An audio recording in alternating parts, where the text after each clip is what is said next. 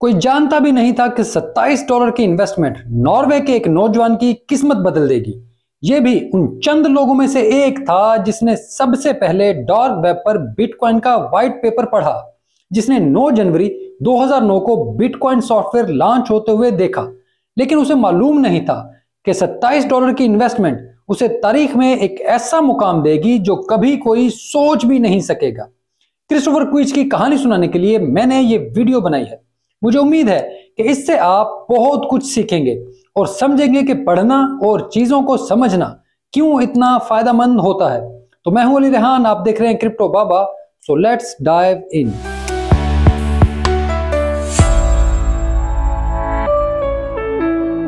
ये कहानी सुनाने से पहले ये वाजे कर दूं कि मैं आपका फाइनेंशियल एडवाइजर नहीं हूं और ना ही ये कहानी इस वजह से सुना रहा हूं कि आप फौरी कोई व्हाइट पेपर ढूंढना शुरू कर दें। इसका मकसद सिर्फ आपको यह समझाना है कि नई चीजों को पढ़ना और ढूंढना चाहिए ताकि आप जिंदगी में कामयाब हो जाएं। क्रिस्टोफर क्विच एक इंजीनियरिंग का स्टूडेंट था। इसे नई चीजों को पढ़ने और इन्हें समझने का शौक था। दहशतगर्दी के खिलाफ जंग की वजह से इंटरनेट पर मॉनिटरिंग और नई चीजों तक रसाई काफी मुश्किल थी। यूरोप में जाती डेटा की मॉनिटरिंग अपनी इंतहा पर थी। इसी वजह से लोग डार्क वेब पर चीजें डालते थे, अपने आइडियाज डार्क वेब पर शेयर करते थे, जाली आईडीज इस्तेमाल होती थी। इस दौर में क्रिस्टोफर क्विच भी अपनी पढ़ाई के साथ साथ इंजीनियरिंग के नए नए आइडियाज को पढ़ने के लिए मुख्तलिफ फोरम्स पर जाता था, जहां इसने पहली बार बिटकॉइन का व्हाइट पेपर पढ़ा। इंजीनियरिंग बैकग्राउंड की वजह से इसे एक इनकलाबी आइडिया लगा, क्योंकि कैश को इलेक्ट्रॉनिकली भेजना मुमकिन था। तो इसने इस पर मजीद पढ़ा, यहां तक कि इसने पहली बार इस फोरम में माइनिंग के लिए मशीन्स भी तजवीज की। इसने मुख्तलिफ सिस्टम्स के स्पेक्स पर भी बात की, लेकिन सतोशी की जानिब से इस पर कोई जवाब नहीं आया। यह बताने का मकसद सिर्फ इतना है कि क्रिस्टोफर 2009 में इब्तदाई चंद लोगों में से है जिन्होंने ओरिजिनल फोरम में सतोशी को पढ़ा और अपनी राय दी। 9 जनवरी 2009 को बिटकॉइन सॉफ्टवेयर आया। पहला ब्लॉक माइन हुआ जिसमें 50 बिटकॉइन का रिवॉर्ड दिया गया, लेकिन इस वक्त उसकी कोई प्राइस नहीं थी, तो पहली ट्रांजैक्शन हो गई। क्रिस्टोफर ने सोचा कि इसे भी इस इनकलाबी काम में हिस्सा लेना चाहिए या कम से कम कोई किरदार अदा करना चाहिए। तो इसने सोचा कि वो बिटकॉइन खरीदे। इसके पास 150 कोरोना थे, जो उस वक्त तकरीबन $27 बनते थे। इसने $0.003 का बिटकॉइन खरीदा, यानी सिर्फ 3 सेंट का एक बिटकॉइन, और इसे 5000 बिटकॉइन मिले जो इसने अपनी हार्ड ड्राइव में रख लिए। इस वक्त क्रिस्टोफर की गर्लफ्रेंड ने उसे पैसे जाया करने से मना किया, क्योंकि उसको डर था कि कहीं ये कोई ऐसी चीज ना हो जो दहशतगर्दी से मुंसलिक हो या फिर किसी गलत काम के लिए इस्तेमाल होती हो। लेकिन क्रिस्टोफर ने बात नहीं मानी और अपने इल्म की रोशनी में एक ऐसा फैसला किया जिसने उसकी जिंदगी को बदल कर रख दिया। यह वो वक्त था जब स्मोक टू मच नामी अकाउंट ने 10,000 बिटकॉइन $50 में बेचने की कोशिश की। उन्होंने इसकी नीलामी की, लेकिन कोई खरीदार ही मौजूद नहीं था। यह वो वक्त था जब बिटकॉइन मार्केट.com वजूद में आई। मार्च 2010 में जब बिटकॉइन की इस पहली एक्सचेंज ने पीयर टू पीयर ट्रेड शुरू की, तब भी बिटकॉइन $0.003 का ही था, लेकिन उस वक्त भी खरीदार कोई नहीं था और ये एक्सचेंज भी अब बंद हो चुकी है।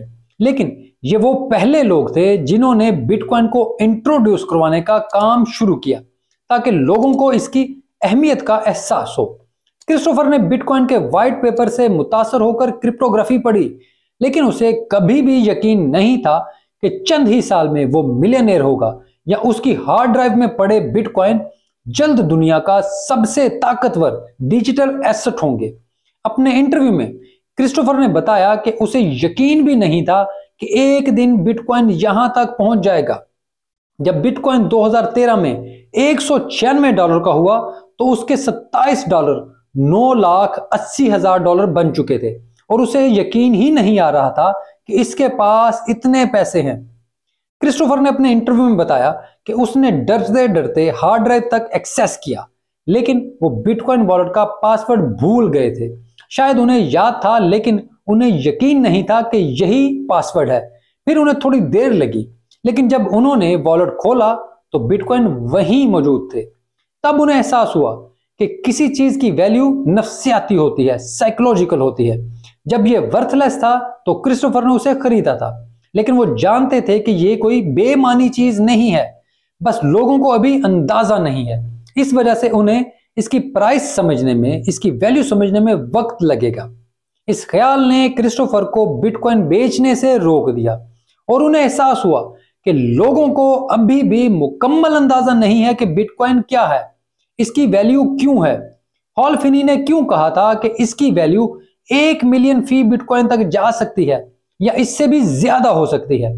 इस वक्त बिटकॉइन की सिर्फ नफ्सियाती कीमत थी, लेकिन आज इसकी हकीकी कीमत सामने है, लेकिन ये हकीकी कीमत भी कम है।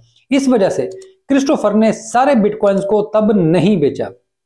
क्रिस्टोफर को अखबार से मालूम हुआ था कि बिटकॉइन $190 से ऊपर चला गया है। खैर, इसने अपने वॉलेट तक एक्सेस हासिल की और उसमें से 1000 बिटकॉइन बेच दिए, टैक्स पे किया और इसके बाद ओस्लो में फ्लैट खरीदा। क्रिस्टोफर अब अपनी जिंदगी बिटकॉइन के लिए वक्फ कर चुका है और सिर्फ बिटकॉइन के लिए काम करता है। ये नॉर्वे और यूरोप में बिटकॉइन पर लेक्चर देता है और इसकी जिंदगी का मकसद सिर्फ बिटकॉइन के बारे में आगाही फैलाना है। क्रिस्टोफर को बिटकॉइन ने पैसे दिए और इसे अमीर बनाया, लेकिन इसने पैसे से अय्याशी की जिंदगी बसर करने या ट्रेडर बनने का नहीं सोचा। इसने अपनी जिंदगी बिटकॉइन के लिए वक्फ कर दी ताकि मजीद लोगों को इसकी अहमियत से रूशनास करवाया जा सके और उन्हें बताया जा सके कि क्यों बिटकॉइन जरूरी है और क्यों यह दुनिया भर में लोगों की किस्मत बदल सकता है। मैं दुआ करता हूं कि आप सब भी एक दिन क्रिस्टोफर की तरह कामयाब हों, लेकिन जब आप पर जिंदगी मेहरबान हो तो याद रखें कि आप पर फराइज बढ़ गए हैं, इसलिए आपको मजीद जिम्मेदारियां निभाना होंगी। उम्मीद करता हूं कि आपको ये वीडियो अच्छी लगी होगी। अगर ऐसा है तो इसको लाइक जरूर करें, कमेंट में अपनी राय भी जरूर दें। मुझे हमेशा इसका इंतजार रहता है। गलती करूं तो निशानदही भी करें ताकि मैं मजीद बेहतर काम कर सकूं। मुझसे राब्ता करना चाहें तो ट्विटर पर मैं मौजूद हूं और आप अगर अपनी क्रिप्टो की कहानी सुनाना चाहें तो मेरा प्लेटफॉर्म आप सबके लिए हाजिर है। और याद रहे, कोई भी बंदा मेरे प्लेटफॉर्म की कोई जालसाजी के जरिए किसी भी तरीके से आपसे आपकी निजी मालूमात या आपकी कोई भी पर्सनल चीज आपसे पूछना चाहे या आपसे कहीं पे कोई इन्वेस्ट करवाना चाहे या आपसे पैसों का तकाजा करे तो ऐसे जालसाजों से बराए मेहरबानी होशियार रहें। अपना ख्याल रखें। वीडियो देखने के लिए आपका बहुत शुक्रिया।